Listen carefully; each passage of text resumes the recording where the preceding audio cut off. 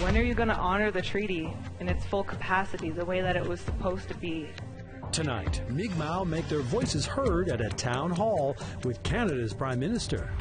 When you look at the crime statistics in communities that have the First Nations policing program, you see a distinctly better pattern than elsewhere. And more money for policing in First Nations and Inuit communities.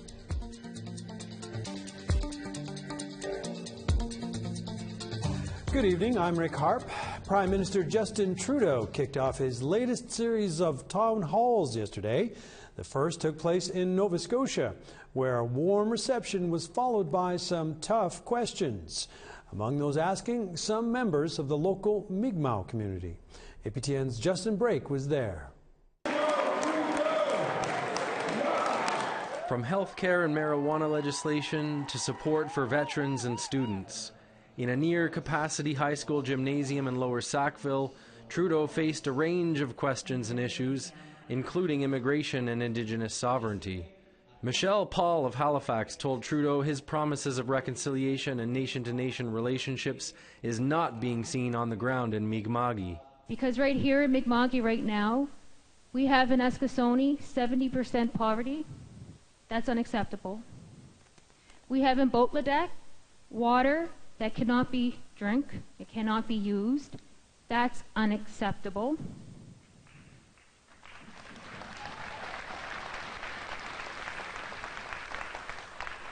And on the Spaganagadic River, we have warriors at the Treaty Truck House who refuse to leave because Alton Gas is threatening to pour brine in our river system. That is unacceptable. Paul said the Assembly of First Nations does not speak for her or for the people of Mi'kmaq, and that she and others invite Trudeau to speak with them directly in their own land. Rebecca Moore, another young Mi'kmaq woman, was pointed in her question. I'm direct descendant of Jean-Baptiste Cope, who signed the Peace and Friendship Treaty, the Peace Treaty of 1752. And we're still here, and every day I see that treaty being disrespected and dishonored, and I'm here to ask you, when are you going to honor the treaty in its full capacity, the way that it was supposed to be? Trudeau acknowledged that the treaties have not been respected. He also referred to partnerships between Canada and Indigenous Canadians and said reconciliation and building nation-to-nation relationships will take time. We both highlighted the complexities and the challenges we're facing of defining what is a nation-to-nation relationship, who our interlocutors must be, how we move forward in true partnership that respects rights and opportunities. Paul said Trudeau's had plenty of time. I say that he's taken a lot of time to do selfies. I think he's over there now doing selfies, actually. We don't have the luxury of time, actually, because a lot of our leadership that he recognizes are at the tables negotiating as we speak. Paul said one of Trudeau's people took her contact information after the event and promised to be in touch. A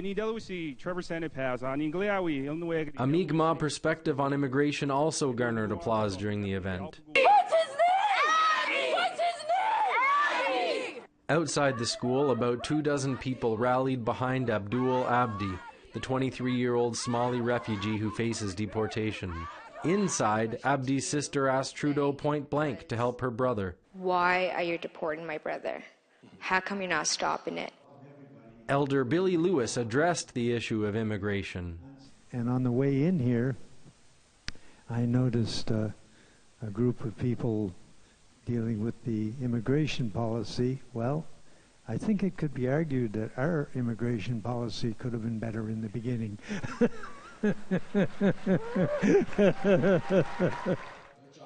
For now, poverty and lack of access to clean drinking water remain higher on Mi'kmaq reserves than in non-Indigenous communities. Warriors continue to defend the Shubenacadie River, and Indian Act Mi'kmaq leaders continue to negotiate with Canada their versions of modern treaties. Justin Brake, APTN National News, Lower Sackville. To Manitoba now, where over 60 rural and remote communities, along with 48 remote First Nations, will soon get an $83 million upgrade to their internet. Thanks to the federal and provincial governments, the 5-year project will see Clear Sky Communications, a First Nation-owned company, team up with Manitoba Hydro. Sheila North is Grand Chief of the Manitoba Kwetenawi Ogamaganuk. There's greater potential in education, especially for our kids, and we need so many highly skilled workers in our north. There are tons of jobs it is a myth that there are no jobs in the north. There are, but we need them highly skilled and highly trained from grade 1 to post-secondary. So this will be a big help to that. Care to share your thoughts about this or any other story you see in our broadcast? Here's how to get in touch. Send an email to news@aptn.ca, like our APTN National News Facebook page. Follow us on Twitter @APTN News, or go to our website, aptnnews.ca.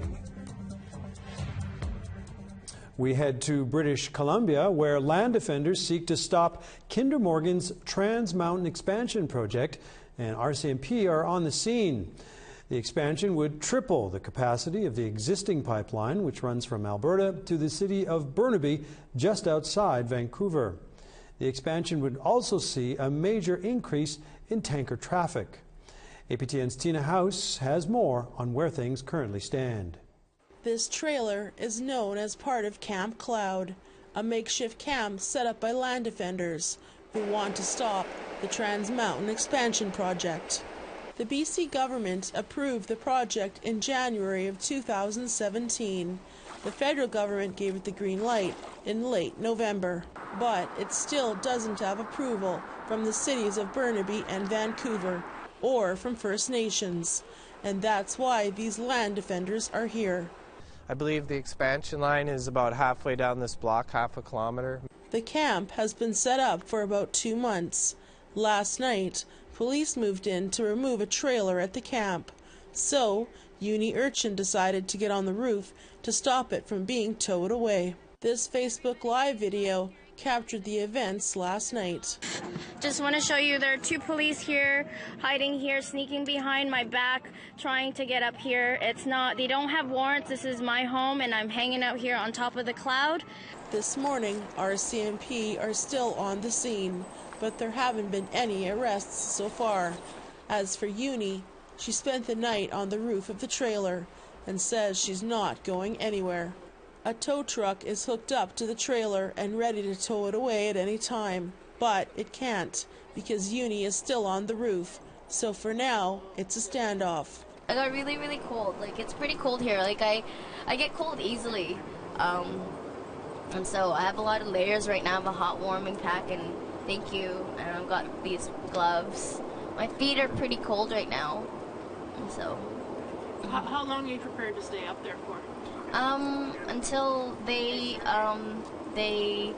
until the RCMP and the tow truck people let go of the cloud and stop threatening the water protectors. So, like these flames that are burning in the fire pit brought in for the camp, the situation could ignite at any time. Kinder Morgan did not respond to our request for comment on the situation. In what supporters here are calling the battleground of 2018, these land defenders say they will stay here as long as they can to defend the land from the Kinder Morgan expansion project, right here at the front gates of the Kinder Morgan tank farm. Tina House, APTN National News, Burnaby. Time for a break. When we return, more dollars for more policing in First Nations and Inuit communities. Stay tuned.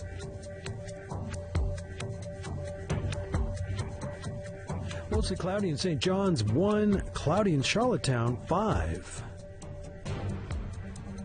Nukjuak, snowy, -22. Nain, mostly cloudy, -10. Val-d'Or, 9, and rain. Sept-Îles, lots of precipitation, -4. 9 and cloudy in Toronto, cloudy and 8 in North Bay.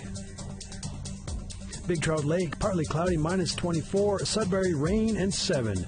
Churchill and Thompson, both sunny, -31 and -27 respectively. Barons River, partly cloudy, -22. Winnipeg, a sunny, -20. Swift Current, sunny -22. Yorkton, the same. Uranium City, a sunny -29. Meadow Lake, sun and -24.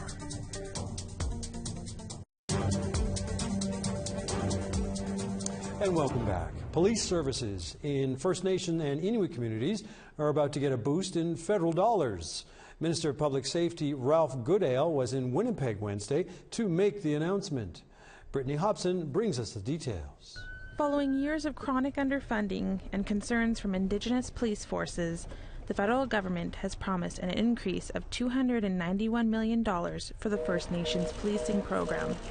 The program services more than 450 First Nation and Inuit communities across Canada, with approximately 1,300 officers working in these communities. At Wednesday's announcement, Minister of Public Safety Ralph Goodale said a funding increase was long overdue. Its budget has been too thin and too short-term, subject to periodic renewals and extensions from time to time. The last one of those was in 2013, which locked in agreements with provinces, territories, and Indigenous communities until April the 1st, 2018. Goodale says money will be put toward equipment upgrades, salary increases, and more officers on the ground. Rick Head, chief of the Dakota Ojibwe Police Service in Manitoba, says he hopes to see more support for his 36 officers. More police officers to place in the various communities. That's what I would hope.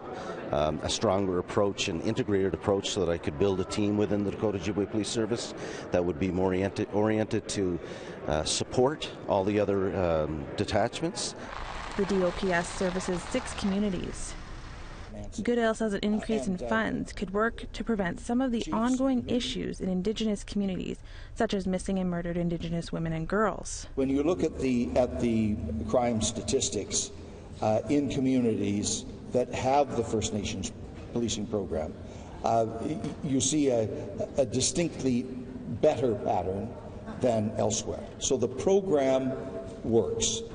It simply needs to have more horsepower behind it, which comes from better financing.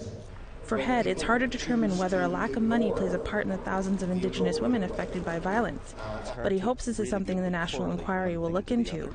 There's no doubt all those different issues may impact that somewhat. But I think that, and I don't know if there's any way to measure that. I don't know if that's a goal of the big commission that's going on as we speak.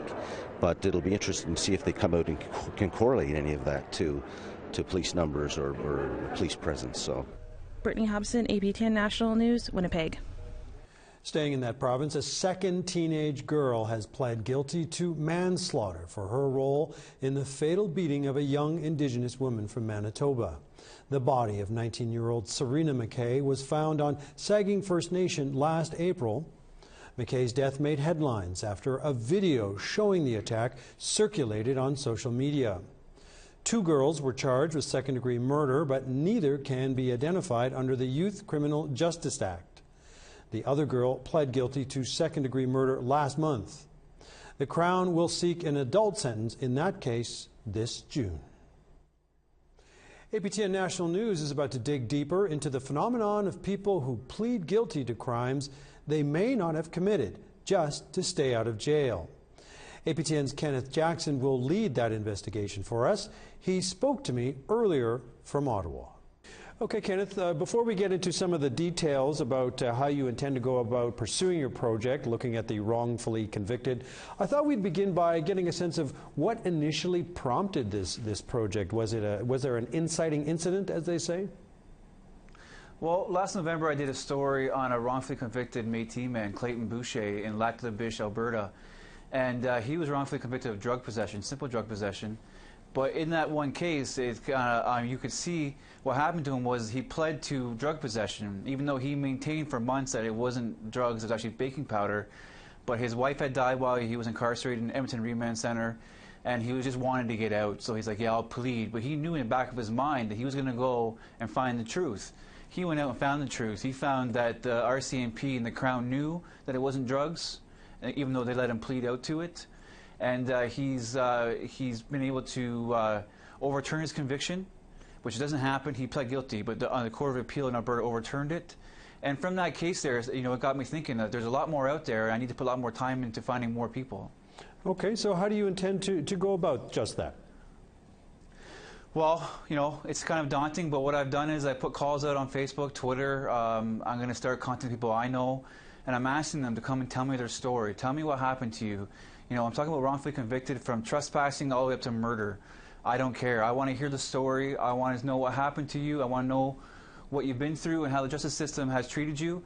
And not just that, but people who have pled guilty to crimes that they didn't commit, or they feel they didn't commit, or whatever. The proof will be in the documents. I'm confident. I've done this for a long time. If I can get to certain cases, I can look into the documents, court transcripts, talk to people. I think the proof is hiding in plain sight.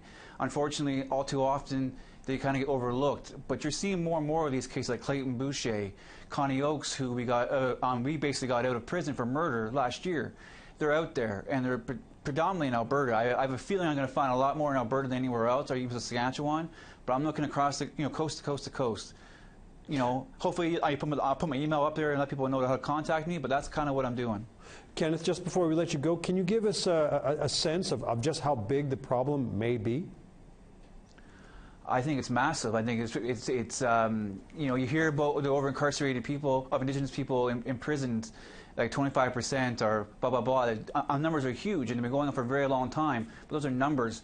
I want to put faces to them. I want to dig down, and I want to show exactly who these people are. And, you know, it all stems, you know, a lot of cases stems from residential schools, and colonization, and not knowing the justice system, and playing, you know, falling into that trap. And people, you know, pleading out to breaches, and then finding themselves in prison, and then they commit a crime in prison, and they're in there forever, and they're a dangerous offender, and they don't get out. It's a big problem. Kenneth, thanks for your time. No problem.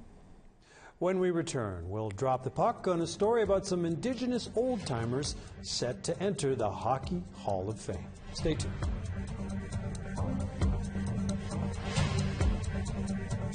Sunny and minus 26 in High Level, minus 22 in Fort McMurray.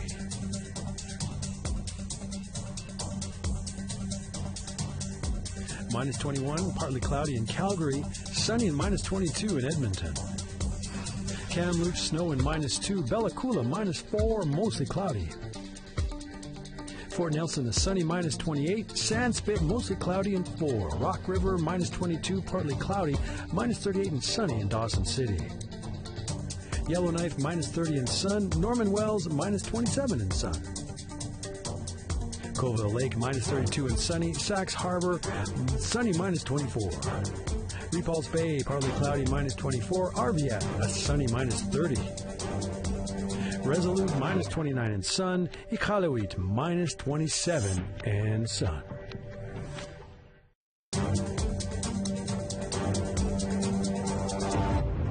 Thanks for staying with us. Hockey's Hall of Fame has some special new acquisitions, pieces that commemorate a team made up of mostly residential school survivors.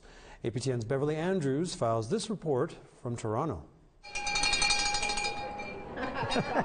The legacy of the Saugeen Old-Timers now lives on at the Hockey Hall of Fame. Memorabilia from the team is now on display. Darlene Amo, along with community members and some former players, traveled from Winnipeg to Toronto to see it for themselves.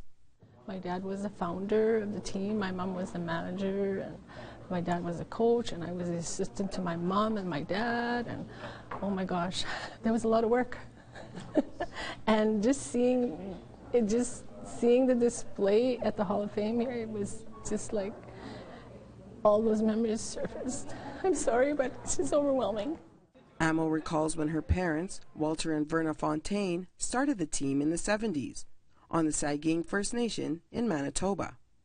Oh, my dad, you know, he played hockey in residential school, and, you know, he loved hockey. He was a great hockey man, you know, and now I know why he wanted to do what he did and why my mom helped him. Both of them attended residential school. Walter played a number of positions, anywhere he was needed. Verna raised money by running bingos to pay for the team's trips across North America and Europe. Most of the players were residential school survivors. Theodore Fontaine played defense. It's a long legacy of denying an identity and it was an opportunity to come up with the identity that we were real. You know, in spite of what government said that we were not real. So it was an opportunity to show us that we were normal and we could compete with the world. Former Truth and Reconciliation Commissioner Willie Littlechild also played for Seguin. I didn't expect to see myself in the Hall of Fame.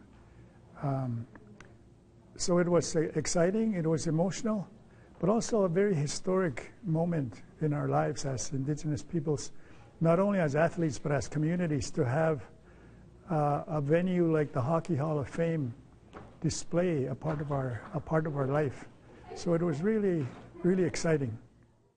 Littlechild says he used sports to escape from his residential school abuse.